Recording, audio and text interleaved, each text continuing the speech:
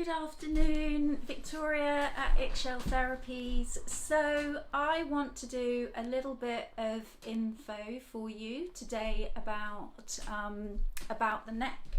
So lots of people in lockdown are suffering with necks because maybe we're not going out as much, we're not moving as much. And today I want to focus very much on how we're using our devices, whether it's our computer or our mobile phone. And we're going to look a little bit at how our posture is affecting our neck. And then we're going to look on my lovely skeleton and actually look at how the muscles attach on the neck. And then we're going to look at how we can move those muscles correctly or incorrectly, and the different effect that's going to have on our body. So firstly, let's just have a look at what creates bad posture. So I'm just trying to sort some wires here.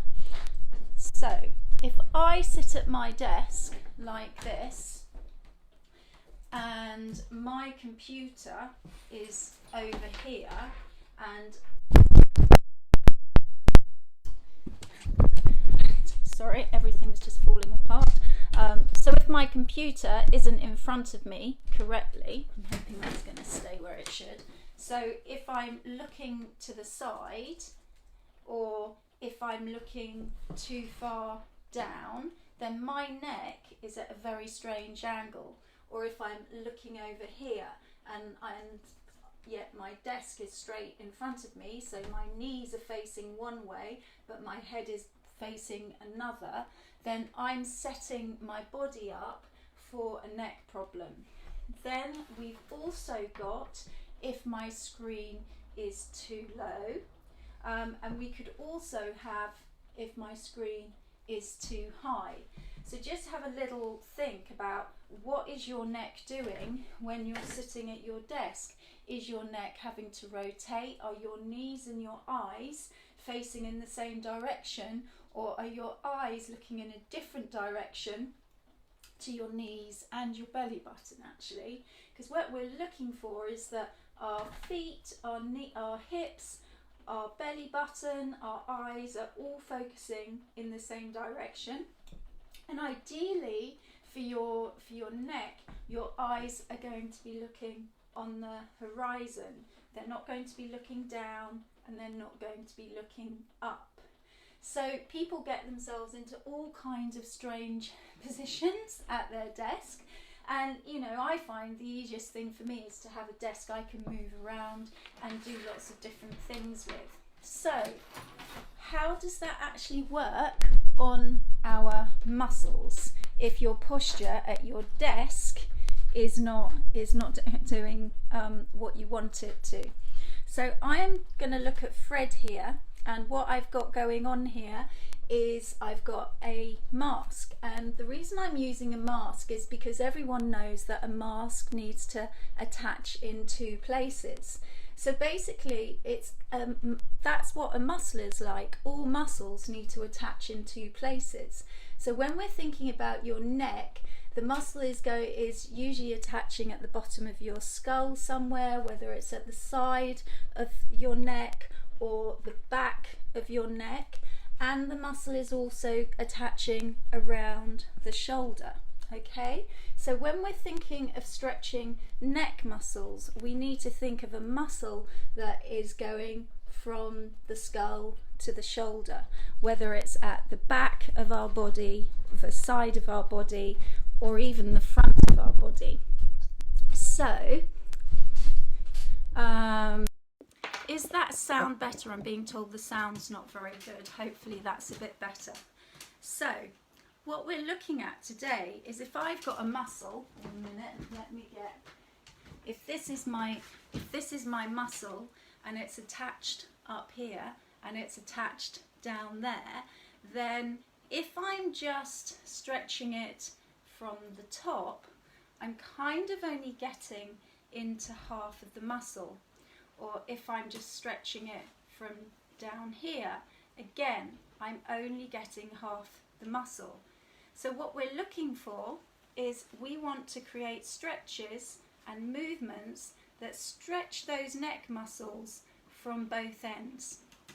Okay, so we're going to look at that a little bit now. So when you think about what you're doing, whether you're at work or if you're just looking at your mobile phone all the time, so you may be stretching the muscles at the back of your neck all the time like that, and you may be squashing the muscles at the front of your neck all the time like that, or you may be stretching the muscles on one side of your neck like that. A lot of people have sideways head postures, or you may be doing it on the other side. So the thing is, always think about where is your neck, where are your eyes on the horizon.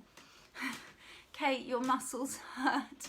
Okay, so what we're going to look at doing is what is a correct neck movement and what is a fairly dodgy neck stretch.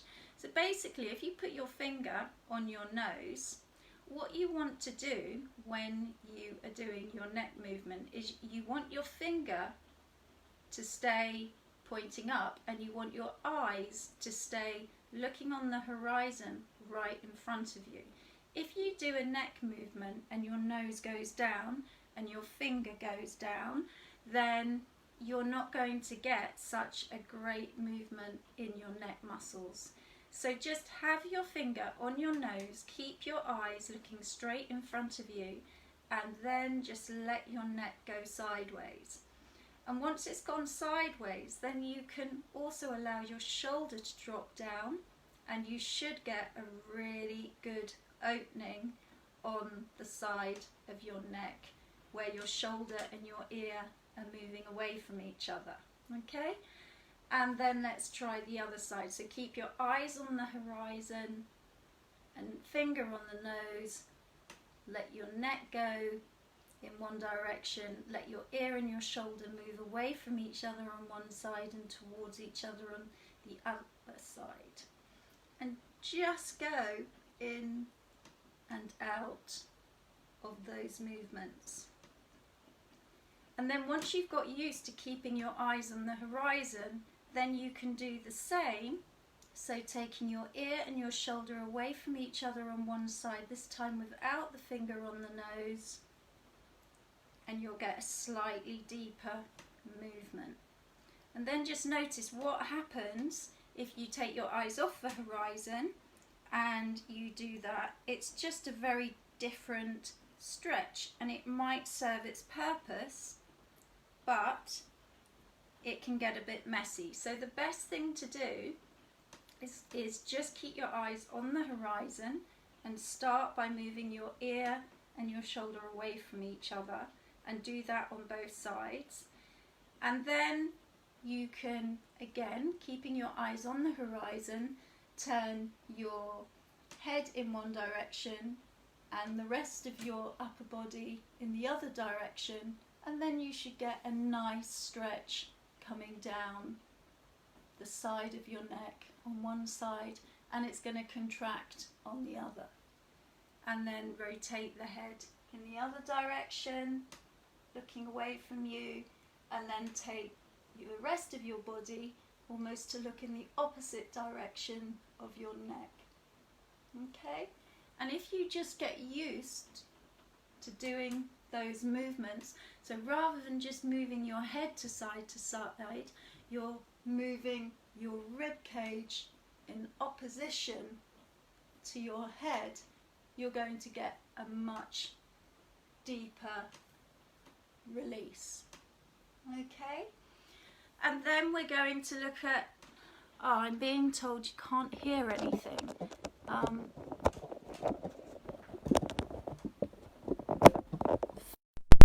Hear something now? If you can just tell me. There seems to be something wrong with the sound. Not quite sure what it is. Okay. And then lastly, we're just going to take... her sound wasn't on. Okay. We're just going to take our head backwards and forwards. But as you bring your head forward, imagine that your sternum is coming up towards your chin. Okay? And as you take your head backwards, imagine that your sternum, it's the bit in the middle at the base of your rib cage, is dropping down.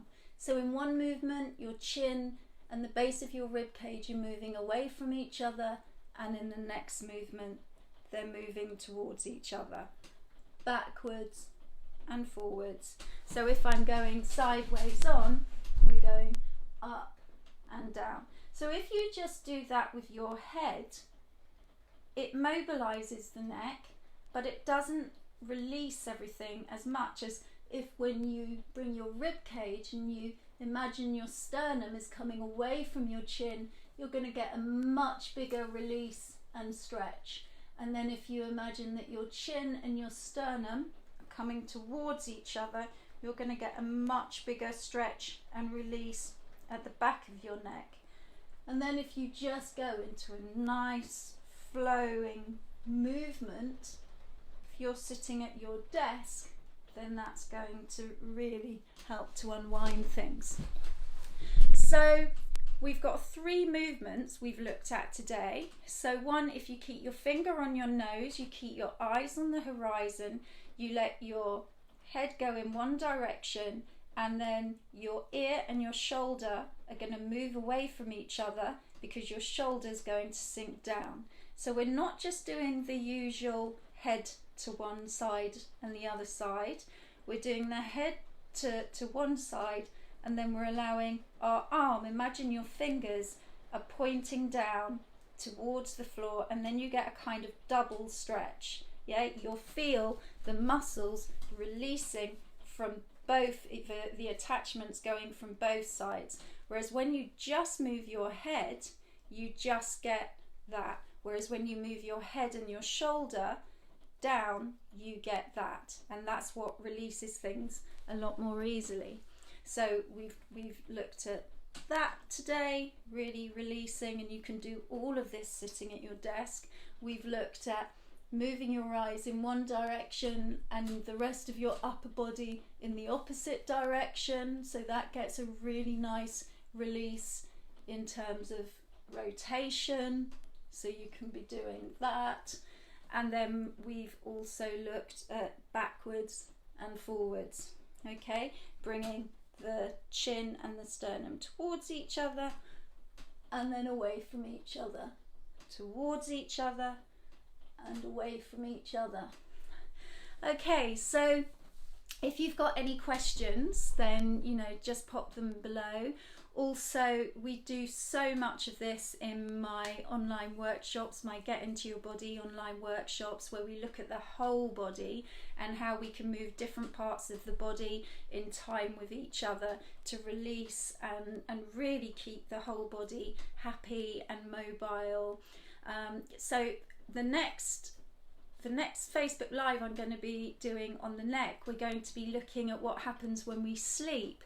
How can sleeping create and cause all kinds of neck problems? Because I can assure you it does. So we're going to look at how does the way we hold our arms, how does the way our head's on our pillow, all of these different things. How do we create our neck challenges when we sleep?